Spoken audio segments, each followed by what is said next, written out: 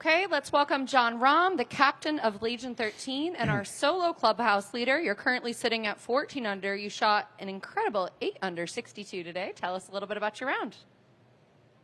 Great round of golf.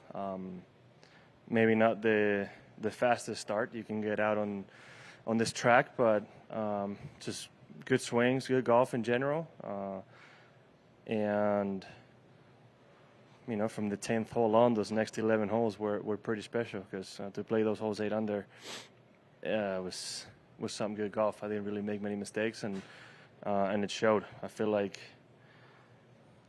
you know, 1 bogey through 36 holes is very organized so far, and just really enjoying myself out there. It's been a lot of fun.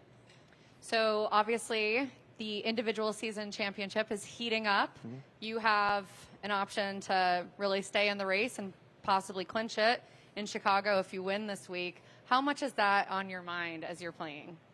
It wasn't on my mind at all today because for the most part I was playing catch up until the last few holes, right? So I was just trying to put myself in the best position come tomorrow, and it's something you think about maybe between rounds, right? Now that you mention it, I might think about it a little bit, but I got to keep in mind that it's a golf course that's very scoreable, and somebody will come out and shoot a low one tomorrow, right? So I need to basically do the exact same thing I've done the last 2 rounds, play good golf and shoot a low score to give myself a good chance of winning. So can't really think too much about the future in that sense. How special would it be your first year out here, the season Legion 13 has had, and then if you were able to walk home with that individual championship trophy your first year out here? It would be pretty special. It would be pretty special. I've been playing good all year, and Joaquin has been playing fantastic golf all year, right? So to give him a run for his money is good. But hopefully I can get the job done tomorrow, and we have a nice little tight race going into Chicago. I would say it's a question to ask me after if I were to accomplish and win the individual title, but it's obviously a goal. I think of every player out here was a goal of mine when I came out here, and the goal when we tee it up is to win. So if you do it well enough times, you'll end up with that. So I was saying earlier, kind of like a racehorse. You know, you're coming up around the bend to finish, and you've been playing awesome these last couple events, and you know you've really settled into your game this season.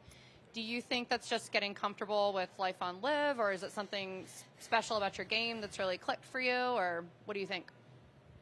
It's a bit of both. There is a before and after Houston when I changed the shaft on my driver. The driver shaft that had been so good to me for 10 plus years was no longer properly fitted for me. I think I'd outgrown it, so it was making me manipulate my swing a little bit too much.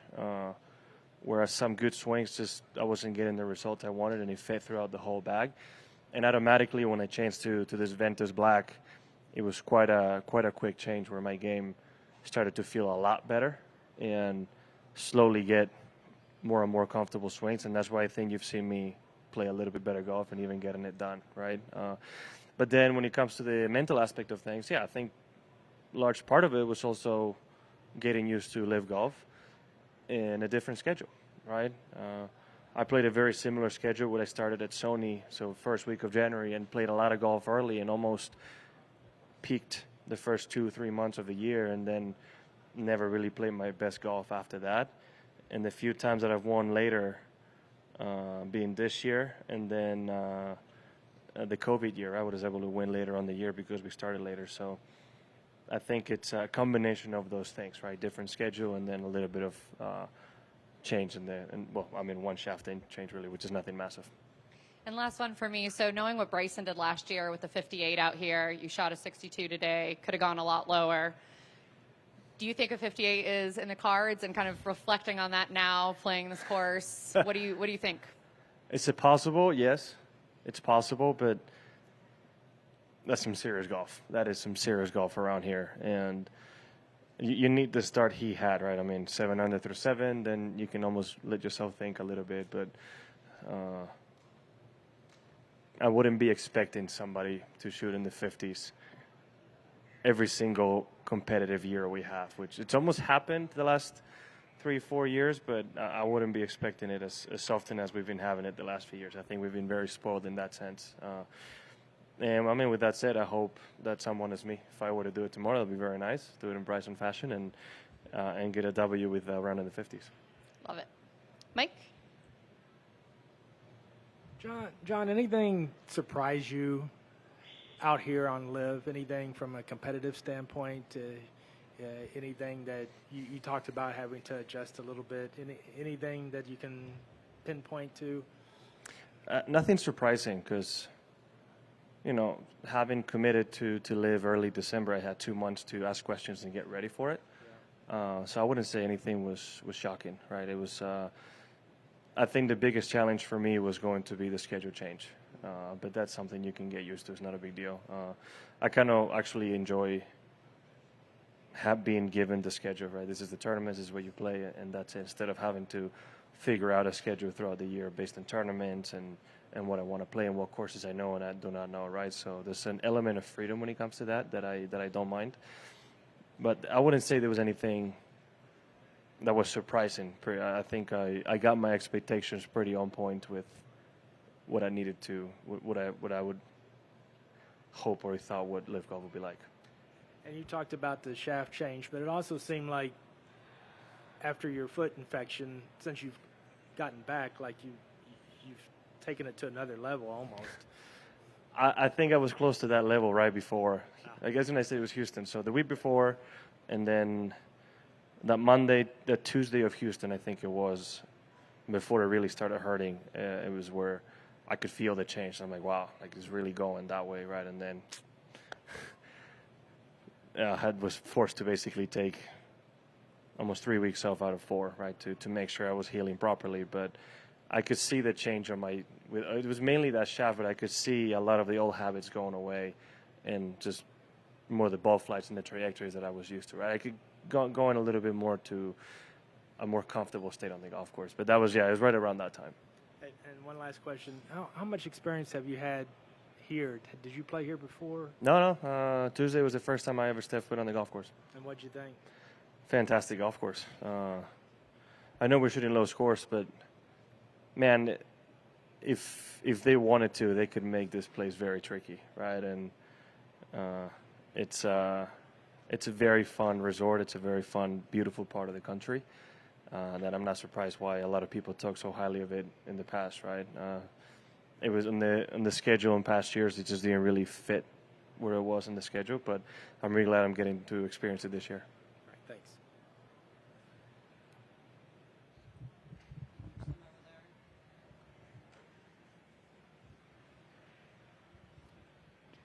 Jon, you said you hadn't played here before Tuesday. Now that you have a couple competitive rounds, is there a certain characteristic or two that you have to have working to, really go low here? I think obviously you need to be doing everything well everywhere, right? But I think as far as my game goes, if I can keep hitting it as well as I have of the tee, I'm going to give myself plenty of short irons into those greens to where you can have a little bit more spin control into some of those slopes, right? The greens are quite soft, so if you're not careful, you can hit a good, a shot that lands close to the pin that maybe ends up not in such an ideal spot. And then for the longer holes, like the par 5s, maybe 13, 8, having that distance always helps, right? I was able to reach both the par 5s today and playing them 3 under. That's always going to help. So if I can hit good tee shots and setting myself up for aggressive second shots, I think it's a nice key around here. But again, you need to do everything well, right? Every part of the game needs to be good anywhere to be able to win a tournament.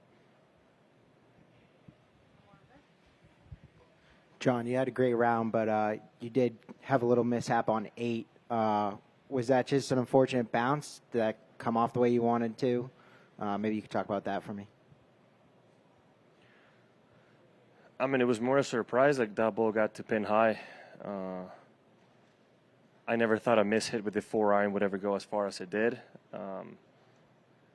It's in this low valley with the mountains, the wind can get a little swirly. So I think I might have gotten a little bit of a wind direction change, but I never thought overfading the 4-iron like that would ever get to pin high. So I almost got away with it, because if that ball rolls half an inch more, it would have gone all the way down, right?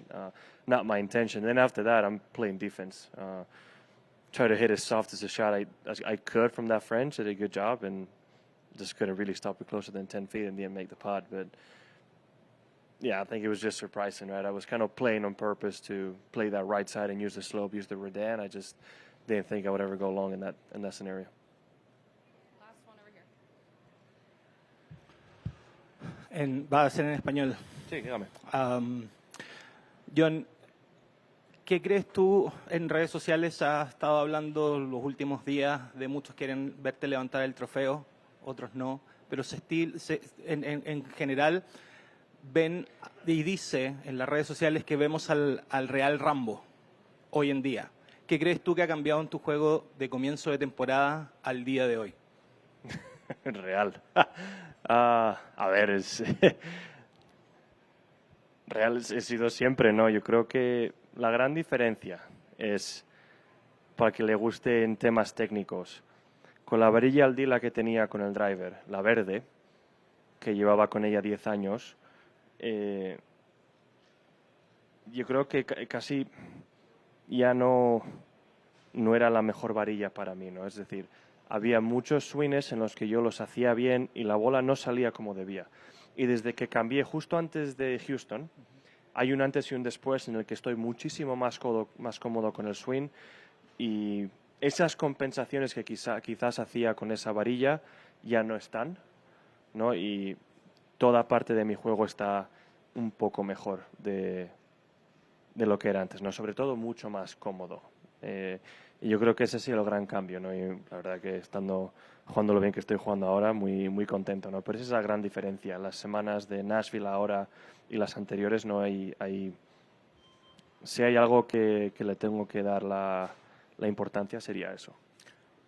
La última, bien cortito. Para el golf latino y el golf hispano es un orgullo tener a los dos, a Joaquín y a ti, peleando por el título. Para ti, ganar el título el primer año significaría algo muy especial, es algo que realmente te gustaría tenerlo y atesorarías como un campeonato muy importante dentro de todos los que tienes. El objetivo, en cuanto me uní, era ser campeón y ganar, ¿no? Como equipo y de manera individual. Así que sí, sería todo un orgullo. Está claro que para todo hispanohablante, que tengamos a un chileno y un español ahí con opciones de ganar, sería único. Y no solo eso, el hecho de que Carlos Ortiz ha ganado, Sergio ha ganado y Abraham Anser ha ganado, ¿no? O sea, al final tienes 5 victorias de golf latino, ¿no? Entre comillas. Así que es, digamos, un año muy bueno para todos y que gane el mejor, ¿no? Pero sí es un objetivo que para mí es importante si lo llego a conseguir. Muchas gracias. Thank you so much, Jon. Good luck tomorrow. Thank you.